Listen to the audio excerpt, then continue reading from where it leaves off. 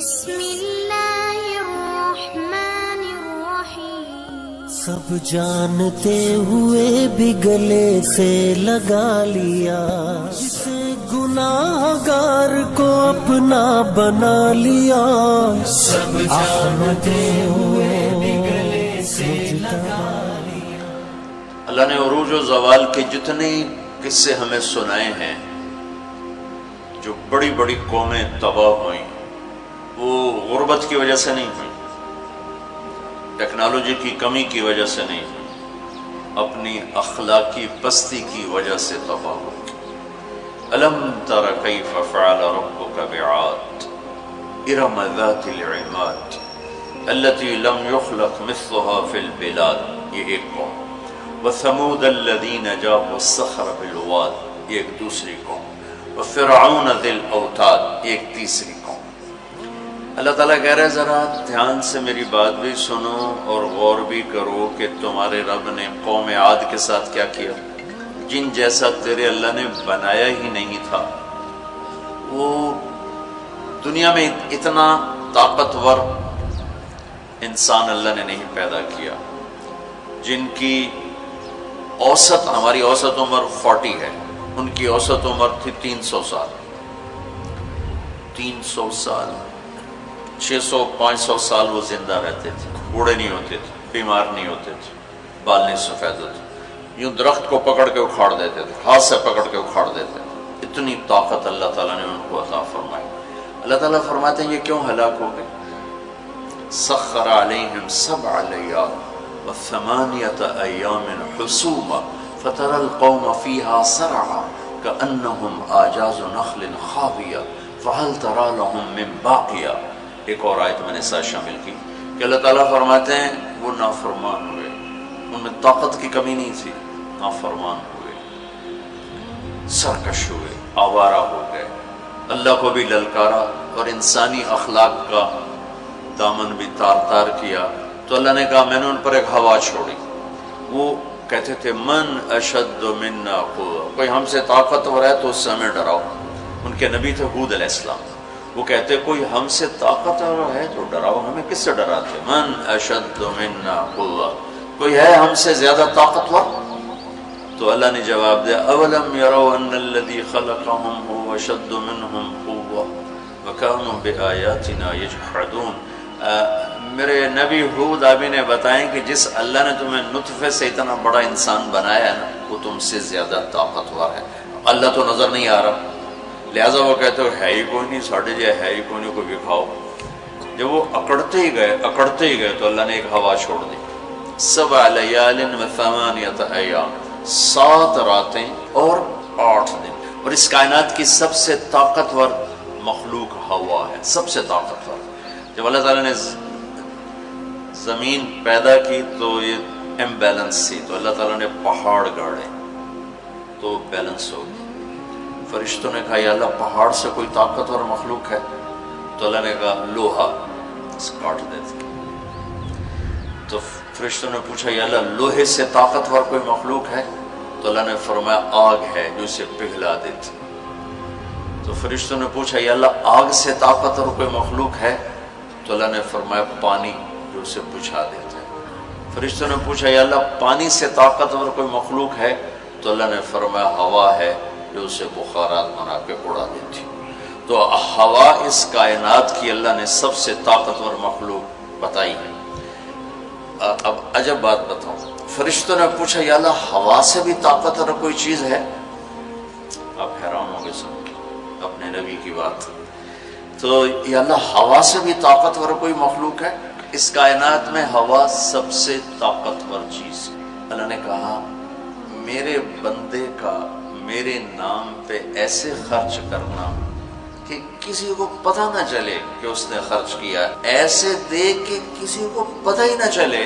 تو اللہ نے کہا کہ یہ میرے بندے کا میرے نام پہ خرچ کرنا یہ اتنا طاقتور عمل ہے کہ ہوا بھی اس کے آگے جھک جاتی ہے، چونکہ یہ عمل میرے غصے کو بجھا دیتا، میرے غصے کو ٹھنڈا کر دیتا۔ اللہ کے غصے کو ٹھنڈا کرنے والی چیز اللہ کے نام پہ خرچ کرنا۔ مسلمان کنجوس نہیں ہوتا، بخیل نہیں ہوتا، تم لوگ کمال سمجھتے ہو دوسرے کی جیب سے کھانا، کیونکہ ہم اس دور سے گزرے دوسرے کی جیب سے کھانا، اور اللہ تعالیٰ کمال دیکھتا ہے کہ اپنی جیب سے کھلا، خود بھوکا رہ کے اوروں کو کھلا۔ ایک دفعہ شیطان ملا کسی عابد کو، تو اس نے کہا آج جو پوچھو گے نا سچ بتاؤں۔ شیطان کہا اچھا ایک بتا دے، تیرے یار کتنے، تیرے دوست کتنے؟ کہنے لگا 3۔ کون؟ کہا ایک جو غصے والا، غصہ تو سب میں ہے، جس کو غصے پہ کنٹرول نہ ہو، پھٹ جاتا ہو پھٹ جاتا ہو پھٹ جاتا ہو، غصہ سب کو آتا ہے، کھوتے نو غصہ آ جاتا ہے انسان تو انسان، غصہ آنا نیچرل ہے، نہ آئے تو پریشانی کی بات ہے، غصے کو پینا نہیں، برداشت نہ کرنا، اس سے معاشرہ ٹوٹتا ہے۔ تو اس نے کہا غصے والا بڑا اچھا میرا یار ہے پکا، دوسرا نشہ کرنے والا شراب پینے والا میرا بڑا گھاٹا یار ہے، اور تیسرا بخیل کنجوس میرا بڑا یار ہے۔ اور اگلی عجیب بات بتاؤں کہ اگر بدقسمتی سے یہ تینوں باتیں کسی میں اکٹھی ہو جائیں کہ وہ کمبخت غصہ بھی میں بھی پھٹتا ہو، شراب بھی پیتا ہو، بخیل بھی ہو، تو وہ تو پیر ہوتا ہے تو میں مرید ہونا کہ پیر صحیح، شیطان اس کا مرید ہوتا ہے اور وہ پیر ہوتا ہے، وہ ایسی خطرناک بلا بن جاتا ہے۔ مسلمان کا صدقہ عادت ڈالو بچوں، خرچ کرنے کی عادت ڈالو، سخی کا کبھی ہاتھ تنگ نہیں ہوگا، اللہ اس کو اپنے خزانوں سے دیکھا۔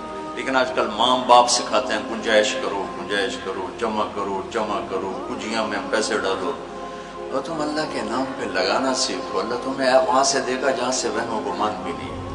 انفق ولا تخش من ذی العرش اقلالا، خرچ کر اور عرش والے سے تنگی کا ڈر نہ کر۔ اس مراد فضول خرچی نہیں، اللہ کے بندوں پہ خرچ کرنا، ضرورت مندوں پہ خرچ کرنا۔ تو اللہ کے نام پہ صدقہ اس کائنات کی سب سے طاقتور چیز، جو کہ ہوا کو بھی سے اوپر اللہ نے بیان کیا، اور اللہ نے کہا یہ تیرے رب کے غصے کو بجھا ٹھنڈا کر دیتی۔ اللہ نے ہوا چھوڑی اور اس قوم کو تہس نہس کر دیا۔ ان کے قد ہوتے تھے 50 فٹ 60 فٹ 40 فٹ کے قد ہوتے تھے، تو ہوا نے ان کو ایسے اٹھایا، بگولا چلتا رہا ایسے ہی، تو آپس میں ان کے سر ٹکراتے تھے، ٹھا ٹھا ٹھا ٹھا ٹھا ٹھا، یہاں تک ان کی کھوپڑیاں پھٹ گئیں، ان کے دماغ نکل گئے، پھر پٹک کے زمین پر مارا، دھڑ الگ ہو گئے، سر الگ ہو گئے۔ اس کے پیچھے تباہی کی وجہ نہ پیسے کی کمی نہ ٹیکنالوجی کی کمی اس دور کی۔ وَثَمُودَ الَّذِينَ جَابُوا الصَّخْرَ بِالْوَادِ، پھر اللہ نے کہا ایک اور قوم آئی جنہیں پتہ چلا کہ ہود علیہ السلام کی قوم پر ہوا چلی تھی، لہٰذا ہم کیا کریں گے، پہاڑوں میں گھر بنائیں گے۔ تو وہ سعودی عرب میں وہ علاقہ میں نے دیکھا ہے جہاں انہوں نے پہاڑ کھود کے گھر بنائے، پہاڑ کھود کے اندر پورا پہاڑ کھودا ہوا بیچ میں گھر، انہوں نے کہا یہاں تو ہوا آ نہیں سکتی، ہوا پہاڑ کو کہاں سے اٹھائی، لہٰذا وہ مستی میں آ گئی۔ وَثَمُودَ الَّذِينَ جَابُوا الصَّخْرَ بِالْوَادِ، پھر وہ للکارنے لگے لیا ہوا لیا ہوا، تو اب وہ اللہ کو عاجز سمجھا، تو اللہ نے کیا کیا، فانظر کیف کان عاقبۃ مکرہم انا دمرناہم وقومہم اجمعین فتلک بیوتہم خاویۃ بما ظلموا ان فی ذلک لآیۃ لقوم یعلمون وانجینا الذین آمنوا وکانوا یتقون۔ کیا کیا اللہ تعالیٰ نے، ایک فرشتہ بھیجا جس نے اگر ایک چیخ ماری، آواز بہت طاقت ہے، ساؤنڈ سے کتنی تباہیت، اس نے ایک چیخ ماری، ان کے کلیجے سب کے پھٹ گئے اور چہرے ان کے نیلے پڑ گئے، اور وہ ایک دن میں سارے اللہ تعالیٰ نے مٹی کا ڈھیر بنایا، انہیں دفن کرنے والا کوئی نہ بچا۔ یہ کیسے تباہ ہوئے؟ ان کی تباہی کے پیچھے نہ ٹیکنالوجی کی کمی ہے نہ طاقت کی کمی۔ ایک تیسری قوم، وَفِرْعَوْنَ ذِي الْأَوْتَادِ، فرعون جو اس زمانے کا اتنا بڑا بادشاہ تھا کہ انسانی تاریخ میں صرف ایک انسان پیدا ہوا ہے جس نے کہا میں رب ہوں، یہ بات دنیا میں کسی نے نہیں کی۔ سجدہ تو مسلمان بادشاہ بھی کرواتے تھے، یہ مغلوں کو سجدے ہوتے تھے، یہ ہمارے مغلیہ بادشاہ تھے، اورنگزیب نے آ کر اسے ختم کیا۔ تو سجدے تو مسلمان بادشاہوں کو بھی ہوتے رہے اور کافروں کو بھی ہوتے رہے، لیکن میں ہی رب ہوں یہ بات ایک انسان نے کی، وہ ہے فرعون فقل هل لك إلى أن تزكى وأهديك إلى ربك فتخشى فأراه الآية الكبرى فكذب وعصى ثم أدبر يسعى فحشر فنادى فقال أنا ربكم الأعلى اللہ اکبر. کہنے لگا میں سب سے بڑا رب ہوں. یہ صرف ایک انسان کا دعویٰ. کتنی اللہ نے اس کو طاقت بخشی ہے. بچے ذبح ہو رہے ہیں, کوئی اف نہیں کر سکتا, اف نہیں کر سکتا, کوئی جلوس نہیں نکال سکتا. بچہ پیدا ہوتا ہے ذبح کیا جا رہا, پیدا ہوتا ہے ذبح, بچیاں چھوڑی جا رہی, بچے ذبح کیا. نقتل ابناءهم ونستحيي نساءهم وإنا فوقهم قاهرون. سارا قرآن سے آپ کو بتا رہا ہوں. تو وہ اس زمانے کی سب سے بڑی ٹیکنالوجی, سب سے بڑی طاقت. یہاں کیا زوال ہے؟ اخلاقی پستی. سمود میں کیا زوال ہے؟ اخلاقی پستی. عاد میں کیا زوال ہے؟ اخلاقی پستی. کسی قوم کا سب سے بڑا سرمایہ اس کے اخلاق ہوتے ہیں. ٹیکنالوجی ثانوی چیز ہے, سونے چاندی کی کانیں, تیل کے خزانے, یہ دوسرے نمبر کی چیز ہے. سب سے پہلا سرمایہ وہ آپ میری جو نسل ہو, وہ آپ کے عالی اخلاق, آپ کا اچھا کردار, آپ کی حیا والی زندگی, آپ کی کردار والی زندگی. یہ میرے ملک کا سب سے بڑا سرمایہ ہے. اگر میری نسل کے اخلاق بگڑ گئے, حیا کی چادر تار تار ہو گئی اور ناچ گانا زندگی میں داخل ہو گیا اور وہ ثقافت بن گئی, تہذیب بن گئی, تو اس قوم کے ہلاک ہونے کو کوئی نہیں بچا سکتا. کہ آسمان والے کا فیصلہ اترتا ہے, جب آسمان والا فیصلہ کرتا ہے تو زمین کی ٹیکنالوجی اسے بچا نہیں سکتی. فرعون نے بھی کہا قوم فاتنا بما تعدنا ان كنت من الصادقین. نوح علیہ السلام کی قوم نے کہا نوح علیہ السلام سے, لاؤ کدھر ہے تیرے رب کا عذاب, فاتنا لے کے آؤ, کدھر ہے تیرے رب کا عذاب. انما یاتیکم بہ اللہ ان شاء وما انتم بمعجزین. اللہ جب لائے گا تو پھر تم کچھ کر نہیں سکو گے. ایک تندور سے پانی نکالا اور ساری نسل کو اللہ نے پانی میں بہا دیا, ساری نسل. تو میں آپ کے سامنے اپنی بات کو مدلل کر رہا ہوں قرآن پاک سے کہ قوموں کے زوال اور عروج کا تعلق ٹیکنالوجی سے تھوڑا ہے اور اخلاقیات سے زیادہ ہے. اخلاقی پستی کسی بھی قوم کے زوال کا سب سے بڑا سبب ہے. اخلاقی بلندی کسی بھی قوم کے عروج کا سب سے بڑا سبب ہے. فرعون نے بچے ذبح کیے, بچیوں کو چھوڑا, عبرت کا نشان بنا دیا لوگ. سولی سب سے پہلے اس نے ایجاد کی, اور پھر میرے رب نے فَأَخَذْنَاهُ وَجُنُودَهُ فَنَبَذْنَاهُمْ فِي الْيَمِّ. آگے سمندر, پیچھے فرعون, بیچ میں موسیٰ علیہ السلام کی قوم. تو کہنے لگے مروا دیا موسیٰ, مروا دیا. اب تو آگے سمندر, پیچھے فرعون. اگے جاؤ تو پانی, پچھو تو فرعون دا سوٹا ان کی دے جائے. تو موسیٰ علیہ السلام نے کہا کلا, ڈرو نہیں, ان معی ربی. آپ کو عجب تقابل کر کے دکھاؤں.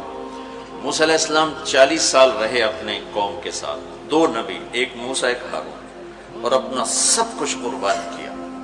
جب آگے سمندر دیکھا, پیچھے فرعون دیکھا, تو انہیں نہ موسیٰ یاد رہے نہ ہارون یاد رہے, انہیں اپنے پڑ گئے. انا لمدرکون, موسیٰ مروا دیتے سن, یا آپ ہمارے رسول ہیں, آپ ہمارے نبی, آپ کا کیا بنے گا, کوئی فکر نہیں. ہارون کا کیا, سانو اپنی پہ گئے, ان مروا دیا تو انہیں موسیٰ. تو انہوں نے کہا کلا ان معی ربی سیہدین.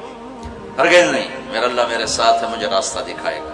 لیکن کلا میں ایک اشارہ ہے کہ تمہیں مرنا ہی چاہیے, یا تمہیں فرعون مارے یا تمہیں پانی مارے. لیکن چونکہ میرا اللہ میرے ساتھ ہے تو انشاءاللہ مجھے راستہ ملے گا, تمہیں بھی مل جائے گا, میری تو فیض تمہیں بھی مل جائے گا. تو جب وہ بالکل قریب آ گیا تو اللہ نے کہا فضرب بعصاک البحر, لاٹھی مار. لاٹھی اللہ نے فرعون کے لشکر پہ نہیں مروائی, عجیب بات, کہ پانی پہ لاٹھی مار, بالکل عقل کے خلاف, پانی پہ لاٹھی مار. موسیٰ علیہ السلام نے یہ نہیں پوچھا یا اللہ پانی تے سوٹے مارن دا کی مطلب, فرعون دے سرج مروا, کہا نہیں ادھر مار. فانفلق البحر فکان کل فرق کالطود العظیم. میرے رب کی قدرت کہ ایک دم اس لاٹھی سے ٹھوٹے مارتا سمندر 12 راستوں میں تبدیل ہو گیا, اور سارا پانی ایسے سیمنٹ کی دیوار بن کے کھڑا ہو, ایسے کوئی جنبش نہیں. اور 12 قبیلے تھے, 12, تو ہر قبیلہ ایک راستے پہ پانی میں انٹر ہو گیا. وہ بڑی بڑی دیواریں. اب ان کو پریشانی شروع ہو گئی کہ پتہ نہیں نال دے کی حال ہے. تو اللہ تعالیٰ نے پانی کو ٹرانسپیرنٹ کر دیا. پہلے ہوتا ہے لیکن نظر نہیں آتا نا تھک ہو, تو اللہ تعالیٰ نے دکھانا شروع کر دیا. تو وہ جا رہا ہے, وہ جا رہا ہے, وہ جا رہا ہے, سب جا رہے ہیں. سب پار نکل گیا تو فرعون کنارے پر آ گیا, انٹر ہوا, اس کے ساتھ اس کا لشکر انٹر ہوا. تو اللہ نے پانی کو حکم دیا تو پانی دوبارہ حرکت میں آیا اور سارا لشکر اس کے اندر ڈوبا, غرق ہوا. کہنے لگے ہمیں اعتبار نہیں, دکھاؤ واقعی مر گیا ہے. پانی کی موج نے اٹھایا اور باہر پھینک دیا. موت کو دیکھ کے نبی بھول گیا 40 سال جنہوں نے محنت کی. ہمارے نبی ہجرت کے لیے گھر سے نکلے. جمعہ کی رات 27 صفر, نبوت کا 14واں سال اور جمعہ کی رات تھی. تو ابو بکر رضی اللہ تعالیٰ عنہ نے عرض کی یا رسول اللہ میں نے ایک غار ڈھونڈا ہوا ہے, وہاں چل کے چھپتے ہیں, پھر جب ہماری طلب کوئی مدھم ہو جائے گی پھر ہم نکلیں گے. چلو اب کبھی آگے چلیں کبھی پیچھے, کبھی ہمارے نبی کے آگے ہوں کبھی پیچھے ہوں, کبھی آگے ہوں کبھی پیچھے. تو آپ نے فرمایا کہ ابو بکر یہ کیا کرو, کبھی آگے کبھی پیچھے, کبھی آگے کبھی پیچھے. تو کہنے لگے یا رسول اللہ اخاف الرصد فامشی امامک اخاف الطلب فامشی خلفک. یا رسول اللہ جب مجھے یہ خیال آتا ہے کہ آگے کوئی دشمن چھپا ہوا وار نہ کر دے تو میں آگے چلتا ہوں کہ وار میرے اوپر پڑے آپ پہ نہ پڑے, اور جب مجھے خیال آتا ہے کہ پیچھے سے آ کے حملہ نہ کر دے تو میں بھاگ کے پیچھے ہو جاتا ہوں کہ اگر کوئی وار کرے تو میرے اوپر آئے آپ پر نہ آئے. انا لمدرکون. ابو بکر کا عمل اور بنی اسرائیل کا عمل آپ فرق دیکھ رہے ہو. اگلے دن اچھا ہمارے نبی پنجوں پہ چل رہے تھے, پنجوں پہ, پورا پاؤں نہیں کہ اس زمانے میں کھوجی, جب تک کچی سڑکیں تھی یہ علم تھا. خود ہمارے گاؤں میں کھوجی تھے, کچی سڑکوں پہ پاؤں کے نشان پر چلتے چلتے سینکڑوں میل چلے جاتے تھے. ہمارے دادا کے اونٹ چوری ہوئے ڈیرہ غازی خان. چوری ہونا کوئی بڑی بات نہیں تھی, بےزتی سمجھی جاتی تھی اس زمانے میں, فلانے سردار کی چوری ہو گئی. تو وہ کھوجی کو لے کر چلے میاں چنو کے پاس ہمارا گاؤں ہے, وہاں سے چلتے چلتے ڈیرہ غازی خان سے چوٹی پہنچے, پاؤں کا نشان دیکھتے دیکھتے, اور وہاں سے اپنے اونٹ لے کر واپس آئے. تو میرے نبی پنجوں پر چل رہے تھے کہ قدم کا نشان نہ پڑے. لہذا جب آپ پہاڑ کے قریب پہنچے, وہ سیدھا پہاڑ ہے بالکل خارس, اور ایسے جب آپ چڑھنے لگے تو انگلیاں اتنی درد کرنے لگیں کہ آپ سے چڑھا نہیں گیا. تو ابو بکر رضی اللہ تعالیٰ عنہ نے آپ کو کمر پہ بٹھایا اور کمر پہ بٹھا کے اس پہاڑ کو اوپر لے کر کے, کبھی اللہ آپ کو لے جائے تو آپ دیکھنا کتنا وہ اوکھا پہاڑ ہے جس پر ابو بکر اوپر لے کر گئے. پھر آپ کو باہر بٹھایا, کہا آپ باہر بیٹھیں. خود اندر تشریف لے گئے. اندھیرا تھا تو ٹٹول کے سوراخ بند کرنے شروع کیے, روڑے پتھر اس سے. اب سوراخ باقی تھے اور روڑے ختم ہو گئے, تو اپنی پگڑی اتاری اور اس کو پھاڑ کے سوراخ بند کیے. پھر بھی سوراخ باقی تھے تو کرتا اتارا اور اس کو پھاڑ کے سوراخ بند کیے. پھر ایک سوراخ باقی رہ گیا, وہ جس میں سانپ تھا, اس کے اوپر اپنی ایڑی کو رکھ دی. پھر عرض کی یا رسول اللہ آپ تشریف لائیں. آپ کو اندھیرے میں پتہ نہیں چلا کہ ابو بکر کے نہ پگڑی ہے اور نہ کرتا ہے. جب تھوڑی روشنی ہوئی, صبح صادق ہوئی, روشنی ہوئی, تو دیکھا ابو بکر کے نہ کرتا نہ پگڑی. تو آپ نے کہا ابو بکر تیرا کرتا تیری پگڑی. کہ یا رسول اللہ آپ یہ دیکھ رہے ہیں سارے سوراخ تھے, مجھے خیال ہوا کوئی چیز آپ کو تکلیف نہ پہنچائے تو میں نے یہ سارے بند کر دیے. تو اس پر ایک دم میرے نبی کی آنکھیں بھر آئیں اور اب بے ساختہ روئے اور ہاتھ اٹھا کر رکھا, یا اللہ میں ابو بکر سے راضی ہوں, تو بھی اس سے راضی ہو جا اور اسے جنت میں میرا ساتھی بنا تھا. تو فوراً جبریل آئے اور عرض کی یا رسول اللہ تعالیٰ فرما رہے ہیں کہ ہم ابو بکر سے راضی ہیں, وہ جنت میں آپ کا ساتھی بنانے کی بشارت دیتے ہیں. بنو اسرائیل کہہ رہے ہیں مروا دیا, اور ابو بکر کیا کر رہے ہیں آپ کو تقابل کر کے بتا. پھر اگلے دن قریش کا کھوجی صرف انگلیوں کو پہچانتا غار سور کی طرف چل پڑا. جب وہ چلے تو میرے رب کا غیبی نظام حرکت میں آیا. اللہ نے ایک بیل اگائی, وہ کافی کھلی جگہ ہے, بیل اگائی, بیل اس کے شاخوں کے اندر اللہ نے مکڑیوں کو حکم دیا، انہیں جالا بنا دیا، ایک کبوتری نے آ کے انڈے دے دیے، کھوجی ٹھیک دروازے پہ لے کے آ گیا کہ پاؤں کا نشان یہاں تک۔ تو اب ابوبکر کے دل پہ کیا گزر رہی تھی وہ قرآن بتاتا ہے، بنو اسرائیل کے دل پہ کیا گزری قرآن نے کہا، انہیں اپنی پڑ گئی، اپنے نبی کی بھول گئی۔ لیکن جب یہاں دشمن سر پہ پہنچا ہے تو ابو بکر کے دل پر کیا گزری اس کو قرآن بتاتا ہے، اذ یقول لصاحبہ لا تحزن ان اللہ معنا، جب ہمارے نبی نے اپنے ساتھی ابو بکر سے کہا غم نہ کر اللہ ہمارے ساتھ ہے، غم نہ کر اللہ ہمارے ساتھ ہے۔ یہ غم کا لفظ ہے، خوف کا لفظ نہیں کہ ڈر نہیں، اللہ ہمارے ساتھ ہے۔ اگر قرآن کہتا لا تخف، ڈرو نہیں، اللہ ہمارے ساتھ ہے، تو ڈرو نہیں کا لفظ بتلاتا کہ ابو بکر کو اپنی پڑ گئی، یار میرا کی بڑھنا ہے۔ قرآن کہتا ہے غم نہ کر، ابو بکر کو اپنی ذات بھول گئی، اپنے نبی کا غم لگ گیا کہ یا اللہ میرے نبی کا کیا بنے گا، یا اللہ میرے نبی کا کیا بنے گا۔ تو اللہ تعالیٰ نے فرمایا اس ابو بکر کے سینے کو سامنے رکھ کر کہ اپنے حبیب کی زبان سے کہلوایا غم نہ کر اللہ ہمارے ساتھ ہے، اللہ ہمارے ساتھ ہے۔ پھر دونوں امتوں کا فرق بتانے لگا۔ بنو اسرائیل نے سمندر پار کیا، فرعون کو غرق ہوتے دیکھا، اور ایک نبی آگے ایک پیچھے، دو رسولوں کے درمیان جا رہے ہیں، اور آگے ایک بستی میں دیکھا فمروا علی قوم یعکفون علی اصنام لہم، وہ ایک بتوں کی پوجا کر رہے تھے، اتنے ماٹھے تھے عقل کے بنو اسرائیل کہ پتھر کی پوجا ہو رہی، 40 سال نبی کی صحبت ہے، بڑے بڑے معجزے دیکھے، اور ابھی پانی پاؤں پہ لگا ہوا ہے، سمندر کو پھٹتے دیکھا، فرعون کو ڈوبتے دیکھا۔ موسیٰ علیہ السلام سے کہنے لگے اجعل لنا الہا کما لہم آلیہ، موسیٰ علیہ السلام جی ہماری ایک درخواست، کہنے لگے کیا ایو جے ہے خدا سانو ہی لے دے، ایسے میں انہوں متھا ٹیکی، اتنی چھوٹی عقل کے تھے کہ ایک لے دے ہمیں، ان کو توڑے جا بے عقل میں دنیا جو ایک ہی کوئی، انکم قوم تجہلون۔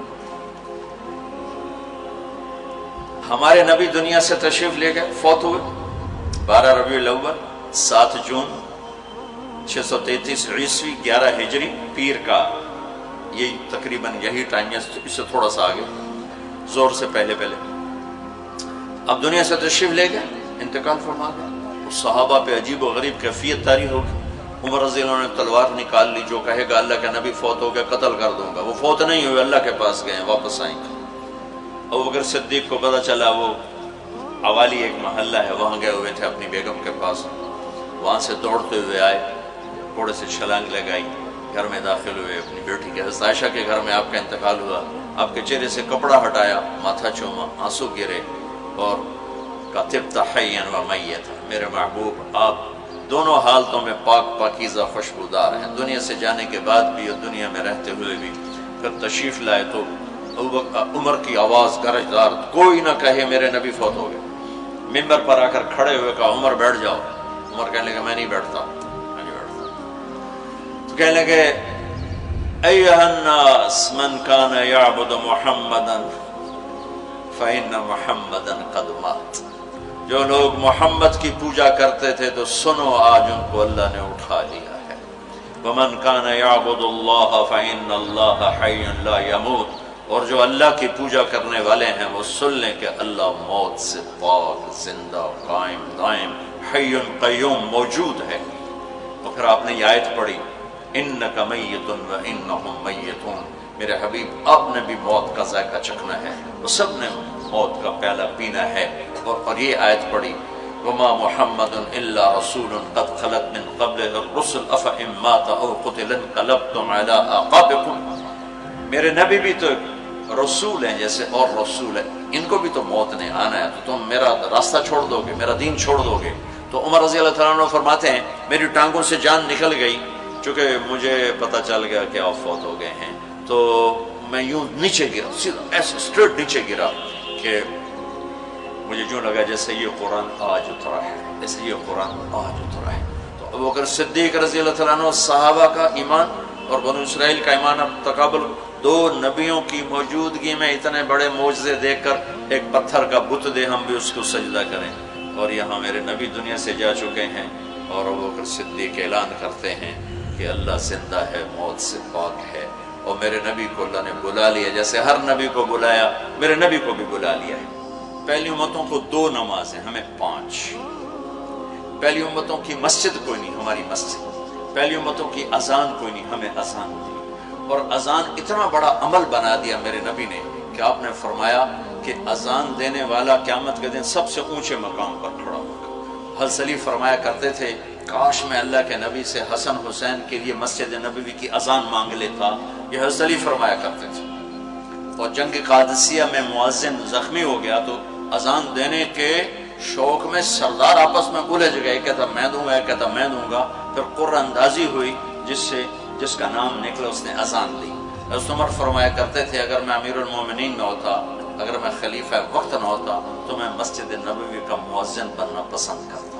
کسی کو اذان نہیں ملی، ہمیں اذان۔ پہلا مؤذن بلال بنا، پہلے مؤذن اللہ نے بلال کو یہ عزت عطا فرمائی۔ دنیا میں یہ ہے اور آخرت میں یہ ہے کہ میرے نبی نے فرمایا کہ جب جنت میں جانے کا وقت آئے گا تو جنت کی میرے لیے سواری لائی جائے گی، میں اس سواری پہ بیٹھوں گا تو اس کی جو وہ رسی ہوگی وہ ایسے نیچے گر جائے گی، نیچے گرے گی۔ اس رسی کے یعنی اس کی جو لگام ہوتی ہے وہ نیچے گرنے کا مطلب ہے یہ ایسے نیچے گر گئی۔ اب نیچے گرنے کا مطلب ہے کہ اس کی ڈرائیونگ میرے نبی نے نہیں کرنی، کوئی آنے والا ہے، کوئی ڈرائیور آنے والا ہے جو رسی پکڑ کے چلے گا، کوئی کوچوان آنے والا ہے جو اس کو پکڑ کے چلے گا۔ رسی کا گرنا ایک انڈیکیشن ہے کہ کوئی نصیب والا اب آئے گا۔ جب آپ کی سواری کھڑی ہوگی، رسی نیچے ہے، تو اب سب کی گردنیں ایسے ہوں گی، کون کون، سب قیاس کر دیں کون کون کون۔ اللہ کی طرف سے اعلان ہوگا بلال کو بلایا جائے، بلال بلال۔ تو بلال آپ کی سواری کی لگام پکڑیں گے، اور آپ نے فرمایا کہ سب سے پہلے میں جنت میں جاؤں گا وہ بلال میرے ساتھ ہوگا، میری سواری کی لگام پکڑ ہو جائے گا۔ تو ہمیں اذان ملی، کسی امت کو اذان نہیں ملی۔ ہمیں 5 نمازیں ملی، کسی امت کو نمازیں 2 نمازیں، ایک فجر کی 2 رکعت، عصر کی 2 رکعت۔ باجماعت نہیں، ان کو اپنی کتاب یاد نہیں، ہمیں قرآن یاد ہے۔ میرے مدرسے میں ایک بچہ اب ماشاءاللہ امریکہ میں وہ پڑھا رہا ہے، اس نے 30 دن میں قرآن یاد کیا۔ صبح یاد کرتا تھا، شام کو تراویح میں سناتا تھا۔ میرے مدرسے کا بچہ صبح بیٹھ کے مغرب تک پورا ہے سپارہ یاد کر کے اور عشاء کو تراویح میں سنا دیتا تھا۔ اللہ نے میں ایسا قرآن دے دیا کہ 1 مہینے میں بھی یاد ہو جاتا ہے۔ 3 دن میں بھی ایک بزرگ نے یاد کیا، 3 دن میں قرآن یاد کیا۔ اللہ نے ہمیں قرآن کی دولت عطا فرمائی، پڑھنے کے لیے 5 نمازیں عطا فرمائی، تہجد کی نماز عطا فرمائی، اوابین کی نماز دی، اشراق کی نماز دی، چاشت کی نماز دی۔ نماز کے کتنے دروازے کھول دی، اور میرے نبی کی آخری نصیحت تھی میری امت نماز نہ چھوڑنا، نماز نہ چھوڑنا، نماز نہ چھوڑنا۔